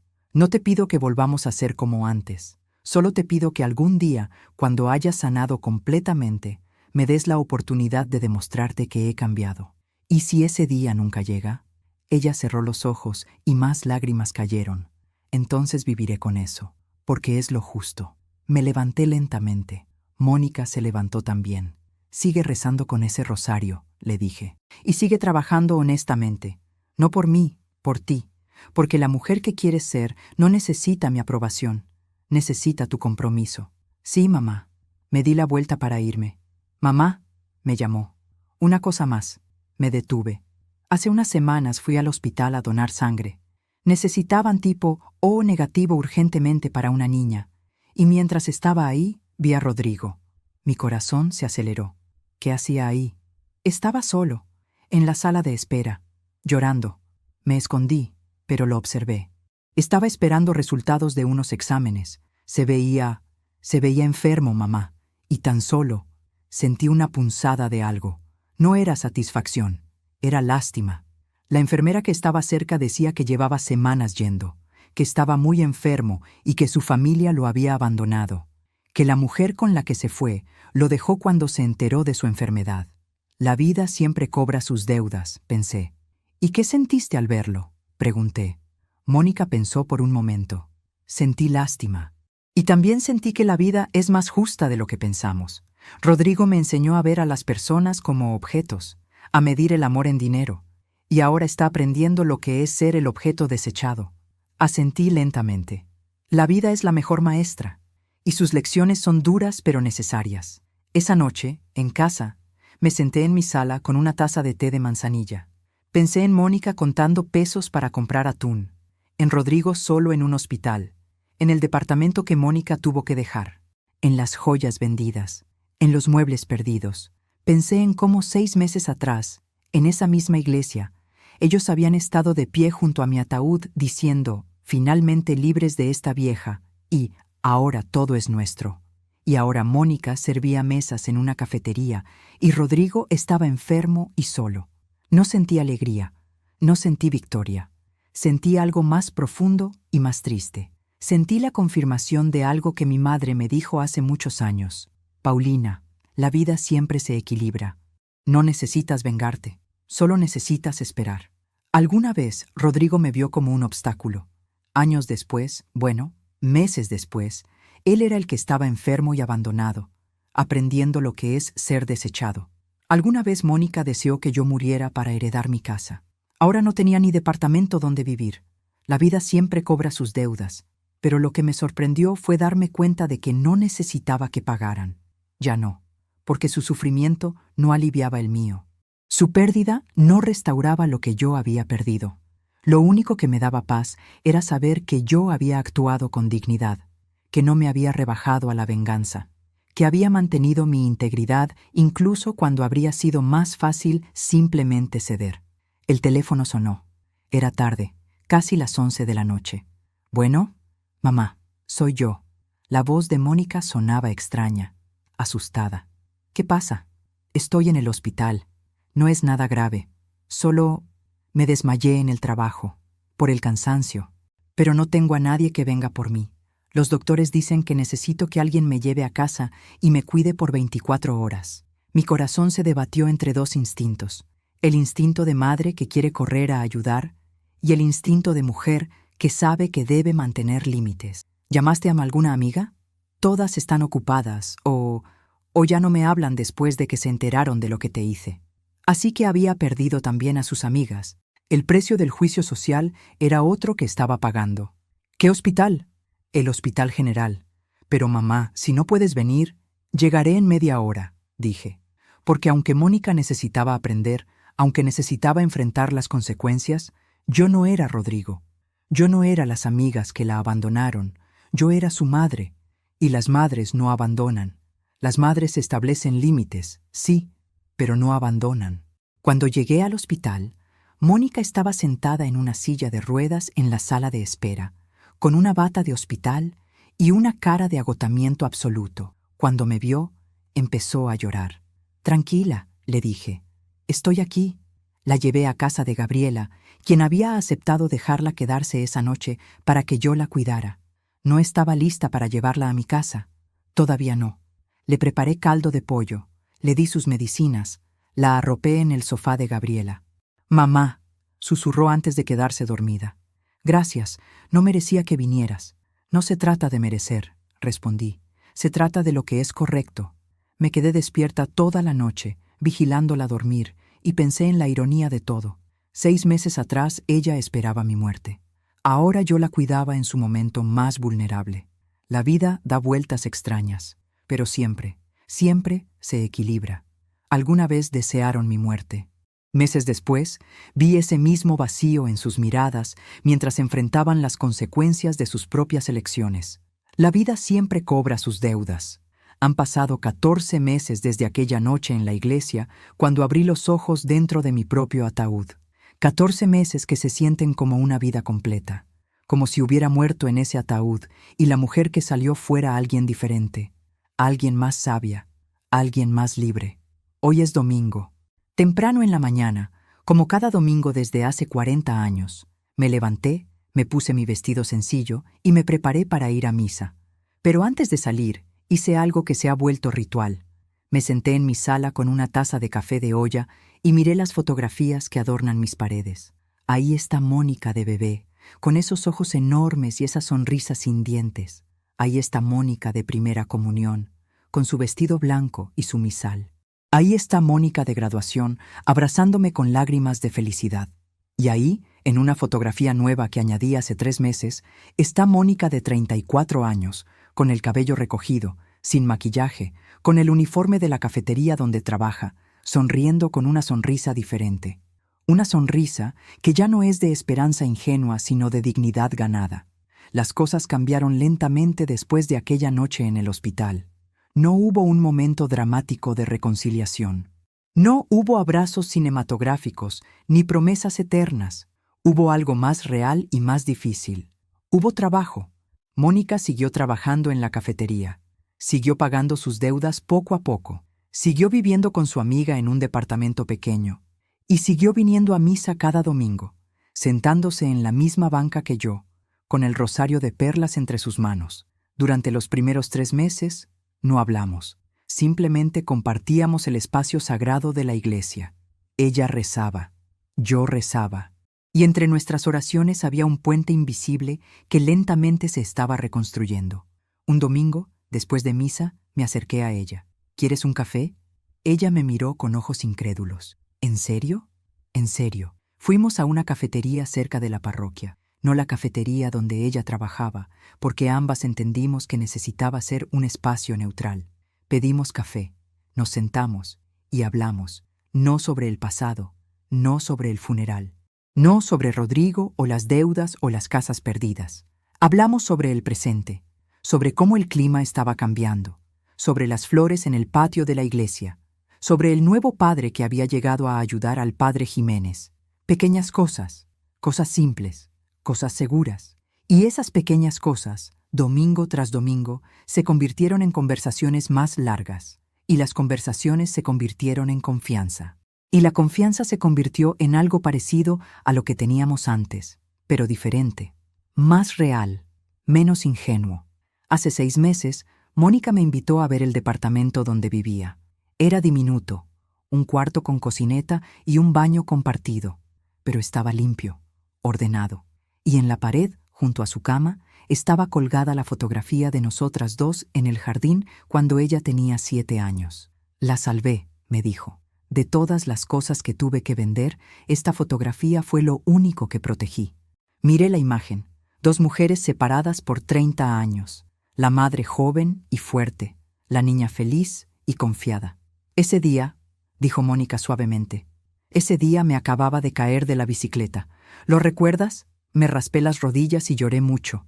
Tú me limpiaste las heridas, me pusiste curitas con dibujitos, y luego me abrazaste y me dijiste algo que nunca olvidé. ¿Qué te dije? Me dijiste, mijita, las caídas duelen, pero lo importante no es no caer, es levantarse con dignidad. Sus ojos se llenaron de lágrimas. Me tomó 30 años entender lo que quisiste decir. La abracé. Por primera vez en 14 meses abracé a mi hija, y ambas lloramos. Lloramos por el tiempo perdido, por las palabras no dichas, por las heridas autoinfligidas, por todo lo que pudo ser y no fue. Pero también lloramos de alivio, porque aunque el camino había sido doloroso, habíamos llegado a algún lugar nuevo, un lugar más honesto. Hace 3 meses, Mónica recibió una promoción en la cafetería. La hicieron supervisora. No era mucho, pero para ella significó todo. Mamá, me dijo esa noche por teléfono, con una emoción en su voz que no había escuchado en años. Me reconocieron, por mi trabajo, por mi esfuerzo, no porque sea la hija de alguien o la esposa de alguien, por mí misma.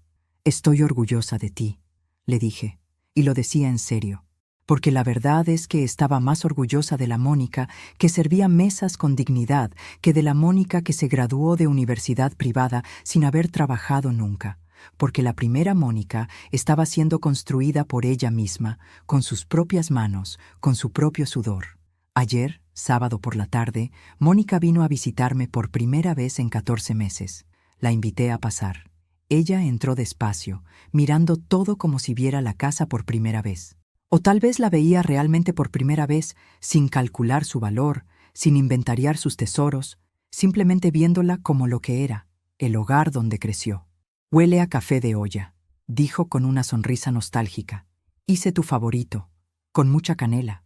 Nos sentamos en la cocina, esa misma mesa donde ella coloreaba mientras yo preparaba su lunch, esa misma ventana por donde entraba el sol de la mañana, ese mismo espacio donde construimos 1000 memorias. Mamá, comenzó después de un largo silencio, he pensado mucho en todo lo que pasó, y necesito decirte algo.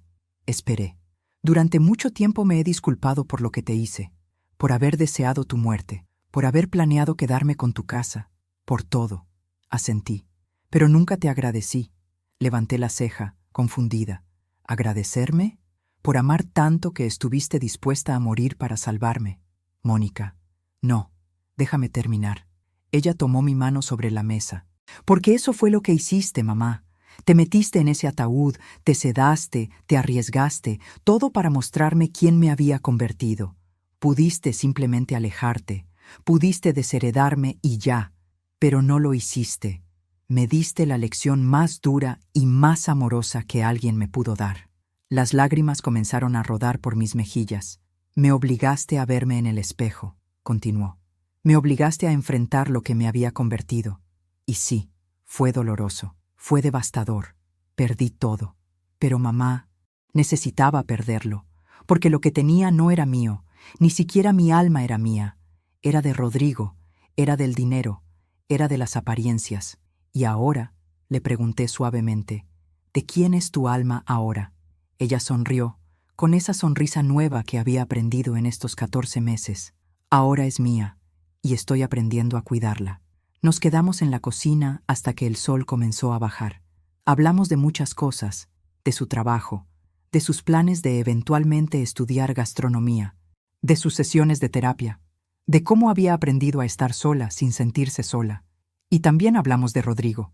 Lo vi hace 2 semanas, me contó, en el hospital. Estoy haciendo un voluntariado allí los fines de semana, ayudando a repartir comidas a los pacientes sin familia. ¿Y? Está muy enfermo, mamá. Cáncer, avanzado, y está completamente solo. Su familia lo abandonó, sus amigos desaparecieron. La mujer con la que se fue, obviamente, ya no está. ¿Y cómo te sientes al respecto? Mónica pensó por un momento. Triste. No por él exactamente, sino por lo que representa.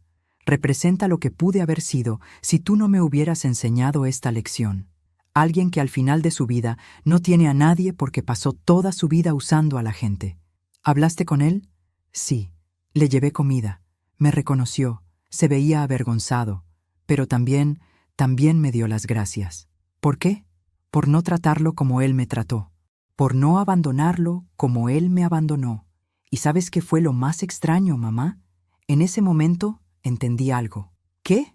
Entendí que el perdón no es para el otro, es para uno mismo. Yo perdoné a Rodrigo no porque él lo mereciera, sino porque yo merecía estar libre de ese odio. Miré a mi hija con asombro. Esta sabiduría, esta profundidad, no estaba ahí hace 14 meses. Había crecido, había madurado, había aprendido. Tu abuela me dijo algo muy similar, le conté, cuando yo estaba enojada con el conductor que mató a tu papá en ese accidente. Me dijo, Paulina, el odio es como tomar veneno esperando que el otro muera. Perdona para liberarte. Eso es exactamente, dijo Mónica. Y ahora entiendo por qué me diste el rosario de la abuela, para que recordara esa sabiduría, para que la llevara conmigo cada día. Sacó el rosario del bolsillo de su chamarra. Las perlas brillaban con ese brillo especial que solo tienen las cosas que han sido amadas por generaciones. Lo cargo todos los días, me dijo, y cada noche rezo con él, y cada vez que lo sostengo recuerdo quién soy, de dónde vengo y quién quiero ser. Hoy en la mañana, antes de ir a misa, me quedé un momento mirando mi reflejo en el espejo. Tengo 66 años. Mi cabello tiene más canas. Mi cara tiene más arrugas. Mis manos tiemblan un poco más que antes. Pero mis ojos tienen algo que no tenían hace 14 meses. Tienen paz. Porque aprendí algo fundamental en este viaje extraño y doloroso. Aprendí que el amor verdadero no es sacrificarse hasta desaparecer. No es dar todo hasta no tener nada. No es permitir todo para mantener la paz. El amor verdadero incluye límites, incluye dignidad, incluye el valor de decir no cuando es necesario. Aprendí que ser buena madre no significaba ser madre infinita, que podía amar a mi hija sin perderme a mí misma, que podía perdonar sin ser ingenua. Aprendí que a veces hay que fingir la muerte para aprender a vivir.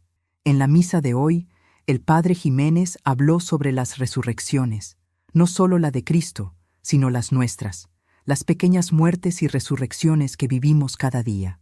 A veces, dijo desde el púlpito, mirándome directamente, tenemos que morir a una versión de nosotros mismos para nacer en otra. Tenemos que soltar lo que fuimos para convertirnos en lo que estamos destinados a ser. Después de la misa, Mónica y yo caminamos juntas por el jardín de la parroquia. Las rosas de Santa Teresa estaban en plena floración. «Mamá», dijo de repente, ¿alguna vez te arrepientes de lo que hiciste? ¿De fingir tu muerte? Lo pensé seriamente antes de responder. No, dije finalmente, porque si no lo hubiera hecho, nunca habría sabido la verdad. Habría vivido el resto de mis días con una mentira, y tú habrías vivido el resto de tu vida sin enfrentar quién te habías convertido. ¿Y valió la pena? ¿El dolor valió la pena? Todo dolor que nos enseña vale la pena, respondí, porque el dolor que no nos enseña solo nos destruye, pero el dolor que nos transforma, ese nos salva. Esta tarde, mientras escribo estas palabras en mi diario, pienso en todas las mujeres que están leyendo mi historia. Pienso en las madres que se sacrifican hasta desaparecer. Pienso en las hijas que toman a sus madres por sentado. Pienso en las mujeres que han sido traicionadas por las personas que más amaban. Pienso en las mujeres que han fingido que todo está bien cuando por dentro todo se está rompiendo. Y quiero decirles algo que aprendí en estos 14 meses. Tienen el derecho de exigir respeto, incluso de sus propios hijos, incluso de su propia familia. Tienen el derecho de establecer límites. Y esos límites no las hacen malas personas, las hacen personas saludables.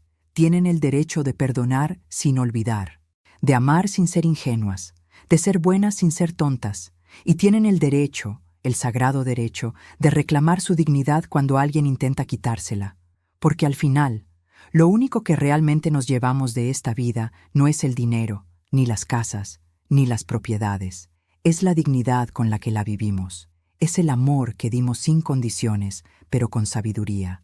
Es la fuerza que encontramos en los momentos más oscuros. Mónica y yo estamos construyendo algo nuevo. No es lo que teníamos antes. Es algo diferente, algo más real. Nos vemos una vez por semana. Tomamos café, hablamos, a veces reímos, a veces lloramos.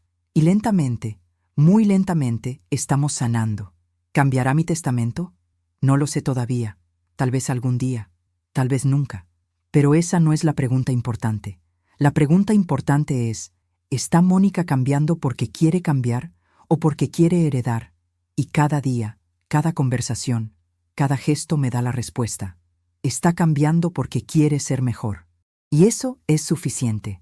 Hay un refrán que mi madre solía decir: el tiempo todo lo sana, pero solo si tú dejas que sane. Yo estoy dejando que sane. Estoy dejando que el tiempo haga su trabajo. Estoy dejando que las heridas cierren naturalmente, sin forzar, sin apurar. Y estoy aprendiendo que la sanación no significa olvidar, significa integrar. Significa tomar el dolor y transformarlo en sabiduría. Anoche soñé con mi madre. Estábamos en su jardín, el mismo jardín donde me dio el rosario de perlas días antes de morir. Estás haciendo lo correcto, Paulina, me dijo en el sueño. Estás siendo fuerte sin ser cruel. Estás amando sin perderte. Estoy orgullosa de ti. Desperté llorando, pero no eran lágrimas de tristeza, eran lágrimas de alivio, porque durante tanto tiempo me pregunté si había hecho lo correcto, si había sido muy dura con Mónica, si debí simplemente perdonar y olvidar desde el principio. Pero ahora sé que hice exactamente lo que necesitaba hacer. Le di a Mónica la lección más difícil y más amorosa que una madre puede dar. La obligué a enfrentar las consecuencias de sus actos, y al hacerlo, no solo la salvé a ella, me salvé a mí misma. Si mi historia ayuda a una sola mujer a abrir los ojos, habrá valido la pena. Si una sola madre lee esto y entiende que puede amar sin desaparecer, habré cumplido mi propósito. Si una sola hija lee esto y recuerda valorar a su madre antes de que sea demasiado tarde, entonces todo el dolor habrá tenido sentido. Porque las historias como la mía no se cuentan para entretener, se cuentan para transformar. Y yo he sido transformada. Ya no soy la Paulina que fingió su muerte hace 14 meses. Soy la Paulina que resucitó, que reclamó su vida, que estableció límites, que perdonó sin olvidar, que amó con sabiduría. Y cada día, cuando me levanto y veo el sol entrando por mi ventana, cuando huelo el café de olla en mi cocina, cuando riego las plantas en mi patio, cuando rezo con un rosario invisible en mis manos, porque el de perlas ahora lo tiene Mónica, y eso está bien. Cuando hago todo eso, le doy gracias a la vida, porque estoy viva, porque aprendí, porque crecí, y porque al final, después de todo el dolor y todas las lágrimas y toda la traición, encontré algo que no sabía que había perdido.